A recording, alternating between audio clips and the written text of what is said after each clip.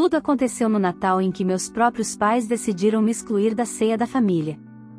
Depois de anos pagando as contas, bancando os jantares e sustentando o luxo de todos, eu recebi uma mensagem fria dizendo que não era mais bem-vinda.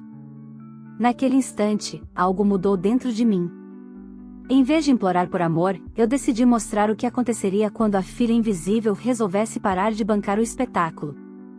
O que se seguiu destruiu o Natal perfeito da minha família, e foi também o começo da minha libertação. Olá, seja bem-vindo ao canal Histórias Surpreendentes. Curta e se inscreva nesse canal, aproveite e ative as notificações. Comente aqui de qual cidade você está assistindo, vou adorar saber e deixar um coração no seu comentário. Meu nome é Camila Duarte, tenho 30 anos e, até o último Natal, acreditava que o amor da minha família só precisava de mais uma chance para florescer. Cresci em Campinas, filha de Sérgio e Lúcia Duarte, e desde pequena aprendi que havia uma hierarquia silenciosa dentro de casa. Meu irmão mais velho, Rafael, era o orgulho, atlético, carismático, sempre o centro das atenções. Minha irmã do meio, Júlia, a queridinha da mamãe, vivia cercada de elogios e tapinhas nas costas. Eu, a caçula estudiosa, era a que não dava trabalho, o tipo de elogio que esconde indiferença. Mesmo sem ser notada, construí minha própria história. Me formei em engenharia de software, conquistei um cargo de destaque em uma fintech paulistana, e aos 28 comprei meu primeiro apartamento, em Moema. Lembro do dia em que contei a novidade aos meus pais, que esperava entusiasmo, orgulho, talvez um jantar em comemoração. Meu pai apenas perguntou se eu tinha calculado bem as parcelas do financiamento, e minha mãe comentou que o bairro era meio perigoso à noite. Nenhum parabéns, nenhum abraço. Ainda assim, segui tentando. Nos últimos 10 anos, fui eu quem pagou consertos da casa, emprestou dinheiro quando o negócio do meu pai quase faliu, e até arcou com o tratamento dentário da Júlia, que não podia sorrir com o aparelho na época do noivado. Nunca vi aquele dinheiro de volta, mas também nunca cobrei. Fazia tudo por amor, acreditando que um dia seria vista como parte essencial da família. Todo dezembro, minha mãe transformava a casa em um cenário de revista. Luzes, arranjos dourados, a ceia perfeita e, claro, a lista de despesas infinitas. Eu sempre pagava a maior parte. O buffet, o decorador, os presentes coletivos que, curiosamente, saíam do meu cartão. Enquanto Rafael aparecia com uma garrafa de vinho e Júlia distribuía cartões com frases motivacionais, eu financiava o espetáculo todo. Mesmo assim, nas fotos, era sempre colocada no canto, com um sorriso de quem finge não perceber. Mas naquele ano, algo quebrou. Tudo começou quando Rafael me pediu 30 mil reais para salvar o negócio fracassado que abriria com o cunhado. Recusei com cuidado, explicando que estava juntando dinheiro para me casar com André, o homem que, ao contrário da minha família, me via como prioridade. A resposta veio dias depois, por mensagem de voz: Camila, achamos melhor você não vir pro Natal. Você está diferente, egoísta. Se quer se afastar, tudo bem. Fique com seu dinheiro. Nós ficaremos bem. Ouvi a gravação 3 vezes. A frieza da voz da minha mãe parecia ensaiada. Nenhum argumento, nenhuma chance de diálogo. Apenas o veredito: eu estava oficialmente expulsa do Natal, o mesmo Natal que eu pagava há anos. Senti o coração apertar, mas algo dentro de mim, talvez o mesmo instinto que me fez lutar por tudo sozinha, se acendeu. Pela primeira vez, não chorei. Apenas olhei para a tela do computador, onde ainda estavam logados os acessos que eu administrava, a conta de luz, o condomínio, o sistema do buffet que minha mãe contratara. Naquele instante, percebi algo que nunca tinha visto com tanta clareza: se eu não era família o suficiente para sentar à mesa, também não seria para bancar o banquete. E foi assim que tudo começou. Na manhã seguinte ao áudio, acordei com uma mistura de incredulidade e raiva. Fui até a cozinha, preparei um café forte e reli a mensagem mais uma vez. A voz da minha mãe soava como uma sentença fria: se quer se afastar, tudo bem. Fique com seu dinheiro. Eu sempre imaginei que, se um dia a rejeição viesse, seria sutil, uma ausência de convite, talvez. Mas ser desconvidada oficialmente, com tanta indiferença, foi como levar um soco. Enquanto ouvia, olhei ao redor do meu apartamento, as paredes claras, os quadros que escolhi com cuidado, o cheiro do café recém-passado. Tudo ali era fruto do meu esforço, nada herdado, nada dado. Pela primeira vez, percebi que minha vida era sólida, mesmo sem o selo de aprovação da minha família. Mas, como filha acostumada a consertar o que os outros quebravam, passei o dia tentando racionalizar. Talvez tenha sido um mal-entendido, pensei. Mandei uma mensagem para meu pai. Nenhuma resposta. Liguei para Júlia. Caixa postal. Tentei Rafael, que apenas visualizou e ignorou. O silêncio foi mais cruel que qualquer palavra. Foi então que André, meu noivo, entrou na sala com um olhar preocupado. Eles disseram mesmo isso? Que você não é bem-vinda? Concordei, segurando o celular. Eu cansei de ser o apoio deles, André. Acho que chegou a hora de eles entenderem como é ficar sem mim. Ele se aproximou, colocou a mão sobre a minha e falou com calma: Você sempre foi o pilar, Camila. Mas até pilares racham quando ninguém cuida deles. As palavras dele ficaram ecoando. Passei o resto do dia pensando na ironia. Há anos eu controlava as finanças da casa dos meus pais. Fui eu quem organizou os pagamentos automáticos das contas de luz, condomínio e até o serviço de internet. Eles nunca se preocuparam em aprender, preferiam o deixar com quem entende. E ainda havia o buffet luxuoso que minha mãe contratava todos os anos, R$ 12.000 pagos com meu cartão, parcelados em 4 vezes. Por impulso, entrei no sistema bancário que eu mesma havia configurado. As contas estavam ativas, os débitos agendados. Bastava um clique para tudo parar. Fiquei observando a tela, o ponteiro do mouse sobre a opção suspender pagamento. Meu coração batia forte. Eu sabia que aquele gesto seria um divisor de águas. Se eu não sou família o suficiente para o jantar, também não sou para pagar a conta, murmurei. Cliquei. Uma janela se abriu pedindo confirmação.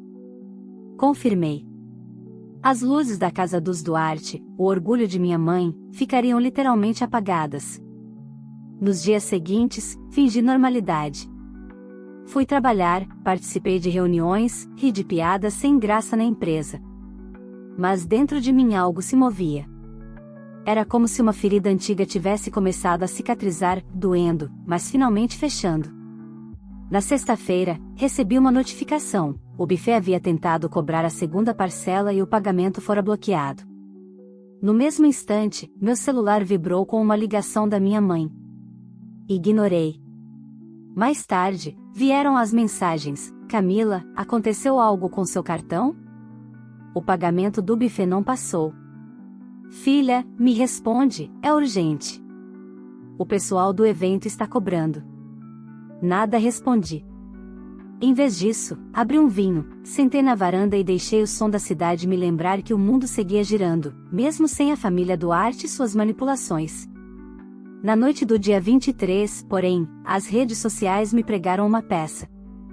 Júlia postou uma foto com a legenda: Preparativos para o melhor Natal de todos. Família unida é tudo. A imagem mostrava o quintal da casa dos meus pais iluminado, provavelmente ainda com a conta paga por mim até o mês anterior. Senti uma pontada no peito, mas logo um sentimento diferente tomou conta: alívio. Finalmente, eu não fazia mais parte daquela encenação. No dia 24, enquanto a ceia dos Duarte começava, eu e André montávamos nossa própria mesa. Simples, mas sincera. Um peru pequeno, vinho barato, música suave. Eu estava tentando aproveitar o momento, quando meu celular vibrou com mais de 10 notificações seguidas. Mensagens, ligações, áudios. Algo tinha acontecido. Peguei o telefone. O primeiro áudio era da minha mãe, em tom desesperado: Camila, por favor, atenda. Acabou a luz, o forno desligou, a comida estragou e os convidados estão indo embora. O que você fez?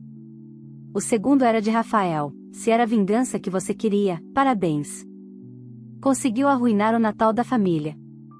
E então, pela primeira vez, eu sorri. A vingança nunca fora o plano. mas, talvez, fosse o início da minha liberdade. As mensagens continuaram chegando madrugada adentro. Eu deixei o celular virado para baixo, como se a simples ação de ignorá-lo pudesse manter o caos longe da minha casa. André percebeu meu desconforto e se aproximou devagar. Vai atender? Perguntou, com a voz suave. Não. Já ouvi o suficiente por uma vida inteira. Ele concordou, serviu 2 taças de vinho e apenas me abraçou. Ficamos em silêncio por longos minutos, observando as luzes da cidade pela janela. Era estranho pensar que, naquele exato momento, minha família provavelmente estava em meio a um colapso coletivo, sem luz, sem jantar, sem a imagem de perfeição que cultivavam há anos. Parte de mim sentia culpa. Outra parte, alívio. Pela manhã, o celular vibrava sem parar. Havia mais de 20 ligações perdidas, dezenas de mensagens e 4 áudios novos. A voz da minha mãe variava entre desespero e raiva. Camila, pelo amor de Deus, a casa virou um caos. Todo mundo foi embora mais cedo, passamos vergonha. O que você fez? Meu pai tentava ser mais contido, mas soava igualmente furioso. Isso é uma irresponsabilidade, filha. Nunca imaginei que você fosse capaz de tamanha crueldade. Já Rafael, sempre teatral, deixou um áudio gritado: você destruiu o Natal. E tudo porque não quis ajudar quando mais precisávamos. Você é doente, Camila. Eu respirei fundo e deletei tudo. Aquilo não era comunicação, já era culpa travestida de preocupação. Nos dias seguintes, mergulhei no trabalho. Era final de ano, e minha empresa estava fechando um grande contrato com um banco digital. Como gerente de produto, eu liderava a equipe responsável por um sistema de pagamento instantâneo. Ironia do destino, enquanto resolvia transações de milhões de reais, minha própria família implodia por causa de um limite que eu, finalmente, impusera. André me observava de longe, orgulhoso e preocupado ao mesmo tempo. À noite, quando chegava em casa, me encontrava sempre com um olhar distante, perdida entre e-mails e lembranças. Você está bem? Perguntou uma noite. Estou. Só, tentando entender por que dói tanto fazer a coisa certa. Ele segurou minha mão. Porque, pela primeira vez, você não está tentando agradar ninguém. Está se escolhendo. As palavras dele me atravessaram. Percebi que, por mais forte que eu parecesse, uma parte de mim ainda buscava aprovação. Eu queria que minha mãe me ligasse e dissesse me desculpe. Queria que meu pai admitisse que eu tinha razão. Mas o orgulho dos Duarte sempre falou mais alto. No dia 27, 3 dias após o desastre natalino, recebi uma ligação inesperada de tia Helena, irmã da minha mãe, a única parente que nunca me tratou com condescendência. Camila, querida, sua mãe está arrasada. Ela está arrependida ou apenas com vergonha? Perguntei, seca. Do outro lado da linha, silêncio. Depois, um suspiro. Talvez os dois. Mas ela precisa de você para resolver as contas. As contas não são mais problema meu, tia. Eu sei, mas você sabe como é sua mãe. Ela nunca aprendeu a lidar com essas coisas. A voz da minha tia era doce, e, por um segundo, senti a velha tentação de ceder.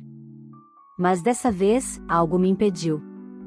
Helena, eu passei 10 anos resolvendo tudo para eles. Se agora estão sentindo falta, talvez seja porque nunca perceberam o quanto eu fazia. Ela ficou em silêncio, e então murmurou: você sempre foi a mais sensata, Camila. Só não deixe o orgulho virar prisão. Desliguei e fiquei olhando para o teto, pensando se era orgulho ou simplesmente sobrevivência. Pela primeira vez, não soube responder. Na véspera de Ano Novo, eu e André viajamos para Paraty, fugindo de qualquer lembrança de Natal. Caminhar pelas ruas de pedra, ouvir o som das ondas e sentir o cheiro do mar foi como renascer. Brindamos à meia-noite na praia, cercados por estranhos que pareciam mais acolhedores que minha própria família. Mas a paz não durou muito. No dia 2 de janeiro, recebi uma carta, sim, uma carta de verdade, entregue por motoboy. O envelope tinha o selo da advogada de meu pai, e o conteúdo era tão absurdo que precisei ler 2 vezes, uma notificação extrajudicial me acusando de intervenção indevida em contas familiares. André me encontrou sentada no sofá, o papel nas mãos e o olhar vazio. O que foi? Eles estão tentando me processar. Ele pegou a carta, leu em silêncio e balançou a cabeça. Isso é desespero, Camila. Eles perderam o controle e agora tentam te punir por ter se libertado. Aquelas palavras despertaram algo dentro de mim. A culpa se transformou em determinação. Se eles queriam guerra, encontrariam uma mulher preparada. Naquela noite, abri o notebook e comecei a reunir documentos, comprovantes, extratos, mensagens antigas. Tudo que provava que eu sustentara aquela família por anos. Não era mais apenas sobre o Natal que deu errado. Era sobre toda uma vida em que eu fui tratada como invisível, e agora, finalmente, seria vista. Nos dias que se seguiram àquela carta, meu apartamento virou um campo de batalha entre lembranças e documentos. Abri pastas antigas, extraí prints de conversas, organizei comprovantes. Cada folha que eu separava era um pedaço da minha própria história sendo reescrita, não como a filha ingrata que quer destruir o Natal, mas como a mulher que finalmente dizia basta. Meu advogado, Dr. Henrique Prado, me recebeu com um olhar misto de surpresa e respeito. Então, eles realmente tentaram te processar por congelar contas que estavam no seu nome? Perguntou. No meu nome e no meu cartão, respondi firme. Eu só parei de pagar o que nunca foi minha obrigação. Henrique analisou os documentos e concordou. Você não só tem razão, como tem provas de sobra. Podemos contra-notificar. Foi a primeira vez que alguém disse, em voz alta, que eu estava certa. Aquilo me deu forças. Enquanto o processo se desenrolava, eu comecei a receber mensagens indiretas. Parentes distantes me mandavam textos ambíguos. Pena o que aconteceu no Natal, sua mãe ficou arrasada. Outros deixavam comentários passivo-agressivos nas redes sociais, tentando me pintar como fria e egoísta. Eu já não me abalava tanto. O silêncio dos meus pais, no entanto, pesava mais do que qualquer fofoca. Desde o desastre, não haviam me procurado diretamente. Rafael, por outro lado, continuava atacando. Um dia, ligou do nada, talvez por impulso. Você está feliz agora, né? Acabou com o Natal, com o nome da família, com a reputação dos nossos pais, Rafael, o que acabou foi a farsa. Vocês nunca me quiseram por perto de verdade, só pelo dinheiro. Você sempre se achou melhor que a gente, só porque tem um emprego chique e mora em São Paulo. Eu nunca me achei melhor. Só aprendi a não me diminuir para caber num lugar onde nunca fui bem-vinda. Ele ficou em silêncio por um instante, e antes de desligar, soltou uma última frase: você ainda vai se arrepender.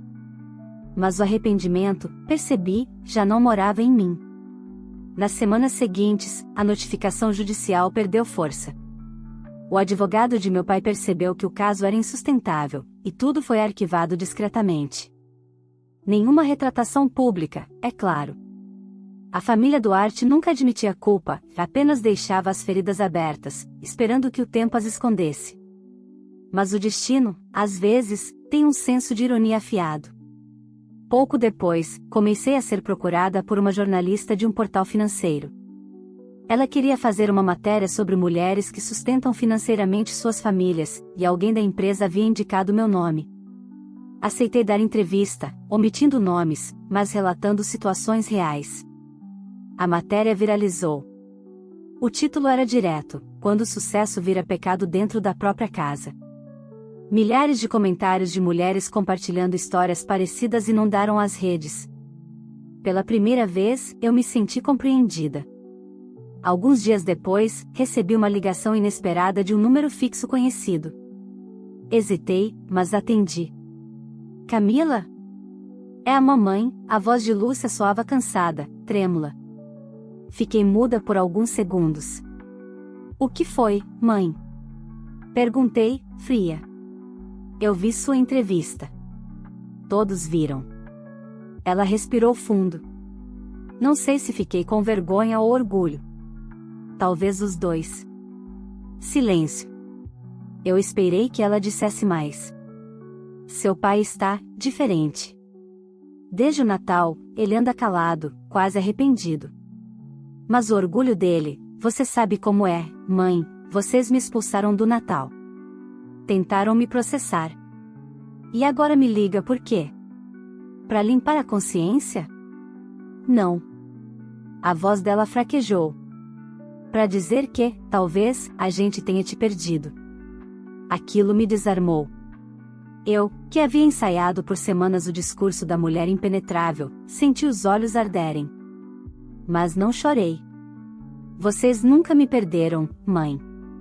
Só nunca me tiveram de verdade. Desliguei antes que a emoção me traísse. Naquela noite, contei tudo a André. Ele ouviu em silêncio, depois disse algo que me marcou: às vezes, as pessoas só percebem o valor da luz quando estão no escuro. A frase ecoou em mim pelos dias seguintes. E foi justamente no escuro, naquele Natal sem energia, sem aparência, que meus pais começaram a enxergar quem eu realmente era. Mas o perdão, descobri, não viria fácil. Eu ainda precisava decidir se estava disposta a reabrir a porta que levei anos tentando fechar. O destino, no entanto, parecia ter outros planos. Uma nova ligação, semanas depois, mudaria tudo de novo. Era meu pai. E, pela primeira vez, ele me ligava não para pedir dinheiro, mas para pedir perdão. O número apareceu na tela por volta das 9 da noite. Pai. Por um instante, pensei em deixar tocar até cair na caixa postal, como fiz tantas vezes. Mas algo dentro de mim, talvez cansaço, talvez curiosidade, me fez atender. Alô? A voz de Sérgio Duarte, sempre firme e autoritária, soou estranhamente fraca. Camila, sou eu. Eu sei. Respondi com um tom contido, quase neutro. Eu não sei por onde começar. Ele respirou fundo. Acho que passei a vida esperando que você fosse a filha que eu imaginava, e nunca percebi que você era muito mais do que isso. Aquela frase me desarmou. Esperei por anos por algo que se parecesse minimamente com um reconhecimento. Pai, eu não queria brigar. Só queria respeito. Disse, tentando manter a calma. Eu sei. E errei. Todos erramos. Ele engasgou antes de continuar. Eu fiquei com vergonha, Camila. Quando vi tudo desmoronando naquele Natal, percebi que dependíamos de você mais do que tínhamos coragem de admitir. As palavras dele vinham quebradas, cheias de pausas incomodas. Era o homem que eu cresci temendo, agora pedindo para ser ouvido. Sua mãe está mal. Desde aquele dia, ela não dorme direito. Ele hesitou. A verdade é que o dinheiro nunca foi o problema. Era o orgulho. Eu sei, pai. E orgulho não se paga com fatura. Ele soltou um riso nervoso. Você puxou a mim nisso. Depois, mais sério, queria que viesse aqui. Não para discutir. Para conversar. Aquela proposta pairou no ar como um desafio. Durante anos, entre nós, conversar sempre foi sinônimo de confronto. Mas algo na voz dele parecia diferente, talvez fosse arrependimento, talvez medo de me perder de vez. Eu penso, pai. Respondi, encerrando a ligação antes que ele pudesse insistir. Naquela noite, não dormi. Fiquei na varanda, observando as luzes da cidade e pensando em como as relações familiares são labirintos de amor e culpa. André acordou, me encontrou acordada e perguntou: está pensando em ir? Não sei. Parte de mim quer olhar para eles e dizer que está tudo bem. Outra parte quer que sintam o vazio que me fizeram carregar por anos. Perdão não é esquecer, Camila. Ele disse, me abraçando. É só deixar de sangrar. 2 dias depois, decidi ir combinei com minha mãe um café simples, sem a presença de Rafael nem Júlia. Queria começar devagar. Quando cheguei à casa dos meus pais, tudo parecia menor. As luzes que antes brilhavam em excesso agora estavam apagadas. As paredes, gastas. E minha mãe, sempre impecável, parecia ter envelhecido anos em poucos meses. Filha, ela disse, abrindo a porta. Ficamos nos olhando por alguns segundos antes de nos abraçarmos. Foi um abraço estranho, cheio de memórias, de mágoas e de uma saudade que eu fingia não ter, e eu não sabia o quanto você carregava, Camila. Ela sussurrou, com a voz embargada. Sempre achei que por ser forte, você não precisava de cuidado. Todo mundo precisa, mãe. Até quem parece não precisar. Sentamos na mesa da cozinha, a mesma onde tantas discussões aconteceram. Ela me serviu café e bolo de milho, e por um momento, o cheiro me levou de volta à infância, antes das comparações, antes da distância. Eu li tudo o que você disse naquela entrevista. Ela começou. Doeu ver a verdade escrita ali. Mas doeu mais perceber que você teve que contar ao mundo que não conseguia dizer para nós, e eu tentei, mãe. Várias vezes. Respirei fundo. Mas vocês nunca ouviram. Ela chorou baixinho, e dessa vez eu não a interrompi. Eu a deixei sentir. Às vezes, a dor precisa ser reconhecida para virar aprendizado. Meu pai apareceu logo depois, mais magro e abatido. Olhou para mim com uma mistura de vergonha e alívio. Você veio. Disse, como quem ainda não acreditava. Vim para ouvir. Respondi. Conversamos por horas. Falaram sobre o medo de me perder, sobre o quanto o sucesso dos outros sempre pareceu mais fácil de aceitar. Quando eu mencionei Rafael e Júlia, meu pai abaixou a cabeça. Eles ainda não entenderam. Mas talvez um dia entendam. Saí daquela casa com o coração leve e pesado ao mesmo tempo. Leve por finalmente ter sido ouvida. Pesado porque o perdão é mais difícil do que a raiva, ele exige olhar para quem nos feriu e ainda encontrar compaixão. Naquela noite, ao chegar em casa, encontrei André preparando o jantar. E então? Perguntou. Foi estranho. E bonito. Respondi, sorrindo. Acho que, pela primeira vez, a gente se viu de verdade. Mas a história ainda não terminava ali. Na semana seguinte, algo inesperado aconteceria, uma reviravolta que mostraria que, mesmo depois do perdão, o passado ainda tem suas maneiras de cobrar presença. A ligação do meu pai foi o início de uma mudança silenciosa. Dias depois do nosso reencontro, ele me mandou uma mensagem curta: se quiser, o jantar de domingo é por nossa conta. Nada de luxo, só a gente. Aquilo parecia simples, mas para os Duarte, era quase um pedido de desculpas público. Cheguei no domingo sem grandes expectativas. O portão, antes sempre aberto para visitas, estava entreaberto. Bati e ouvi o som apressado dos passos da minha mãe. Quando ela abriu, me abraçou de imediato, como quem teme que o perdão seja temporário. Dessa vez, nada de ceia luxuosa, tá? Ela disse, meio rindo, meio chorando. Só lasanha e suco natural. Perfeito, respondi. Nunca gostei de formalidades mesmo. Rafael e Júlia chegaram pouco depois, visivelmente constrangidos. Ele foi o primeiro a falar: Camila, eu não sei como começar. Começando já é um bom sinal. Falei com um leve sorriso. Eu fui um idiota. Achei que ser o favorito me dava algum tipo de poder, mas percebi que só me deixou acomodado. Quando você cortou tudo, eu fiquei com raiva, até entender que foi a melhor coisa que podia ter feito.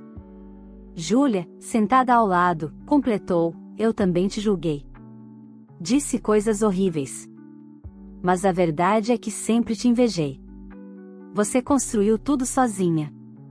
E eu, sempre precisei de alguém para me segurar. As palavras vieram com lágrimas, e, pela primeira vez, não senti necessidade de rebater. A raiva deu lugar a uma estranha compaixão. Eu não fiz nada para humilhar vocês. Só quis ser tratada como parte da família. Respirei fundo. E acho que agora entendo que a mudança não começa quando os outros pedem desculpas, mas quando a gente para de aceitar menos do que merece. O jantar foi simples, mas sincero. Nenhum prato caro, nenhuma mesa decorada, apenas conversas reais. Meu pai até arriscou um brinde desajeitado, a filha que nos ensinou, da maneira mais dura possível, o que é respeito. Depois daquela noite, o contato voltou aos poucos. sem cobranças, sem dinheiro envolvido, sem comparações. Eu impus meus limites e, pela primeira vez, eles foram respeitados. Meses se passaram. A relação seguiu em reconstrução, entre deslizes e acertos. O tempo curou o que o orgulho havia ferido. No fim de novembro, recebi um convite inesperado, um cartão feito à mão, com a caligrafia da minha mãe. Camila, este ano o Natal será diferente. Sem exageros, sem dívidas, sem máscaras. Só nós, com o coração aberto. Se você quiser, venha. Se não, saberemos entender. Com amor, mamãe. Demorei dias para decidir. Parte de mim ainda temia reviver a dor, mas a outra parte queria testar o novo espaço que havíamos construído. E, na noite do dia 24, fui. A casa estava simples, iluminada apenas por algumas luzes coloridas. O cheiro de comida caseira enchia o ar. Meu pai abriu a porta, surpreso e emocionado. Achei que não viria. Achei também. Respondi sorrindo. Mas algumas tradições merecem uma segunda chance. A mesa era pequena, arrumada com pratos diferentes e taças que não combinavam, mas a energia era leve, quase doméstica. Rafael fez piada de si mesmo, Júlia ajudava na cozinha, e minha mãe não parava de sorrir. Durante o jantar, ela segurou minha mão e disse baixinho: "Sabe, Camila, eu percebi que o Natal nunca foi sobre as luzes nem sobre o jantar perfeito. Foi sobre você, mesmo quando a gente fingia não ver." Engoli o nó na garganta e apenas concordei. Às vezes, o perdão não precisa de discursos, basta um olhar sincero. Quando os fogos começaram a estourar no céu, saí para o quintal e fiquei observando as luzes refletirem nas janelas. André, que havia vindo comigo, se aproximou e me abraçou por trás. E então? Valeu a pena voltar? Valeu, respondi. Porque agora eu não estou voltando para eles. Estou voltando para mim. Ele sorriu, e ficamos ali, em silêncio, vendo as luzes colorirem o céu. Naquela noite, percebi que a mulher que um dia congelou as contas da família não o fez por vingança, mas por sobrevivência. Às vezes, é preciso apagar as luzes para que todos aprendam a enxergar no escuro. E naquele Natal, pela primeira vez em muito tempo, eu não me senti invisível. Me senti em casa, não na casa dos Duarte, mas dentro de mim. Se você acompanhou essa história até aqui, sabe que às vezes é preciso coragem para colocar limites até mesmo em quem a gente ama. Camila foi julgada, humilhada e chamada de egoísta, mas no fim, foi sua coragem que trouxe de volta o respeito e o amor da própria família. E você? Faria o mesmo no lugar dela? Será que teria coragem de dizer basta a quem sempre te usou em nome do amor? Deixe aqui nos comentários o que você faria se passasse por uma situação parecida, quero muito saber sua opinião. E me conta também de qual cidade você está assistindo esse vídeo, para que eu possa te deixar um coração especial nos comentários. Se essa história te tocou de alguma forma, curta o vídeo, se inscreva no canal e compartilhe com alguém que também precise ouvir essa mensagem. Afinal, às vezes, o maior ato de amor é escolher a si mesmo.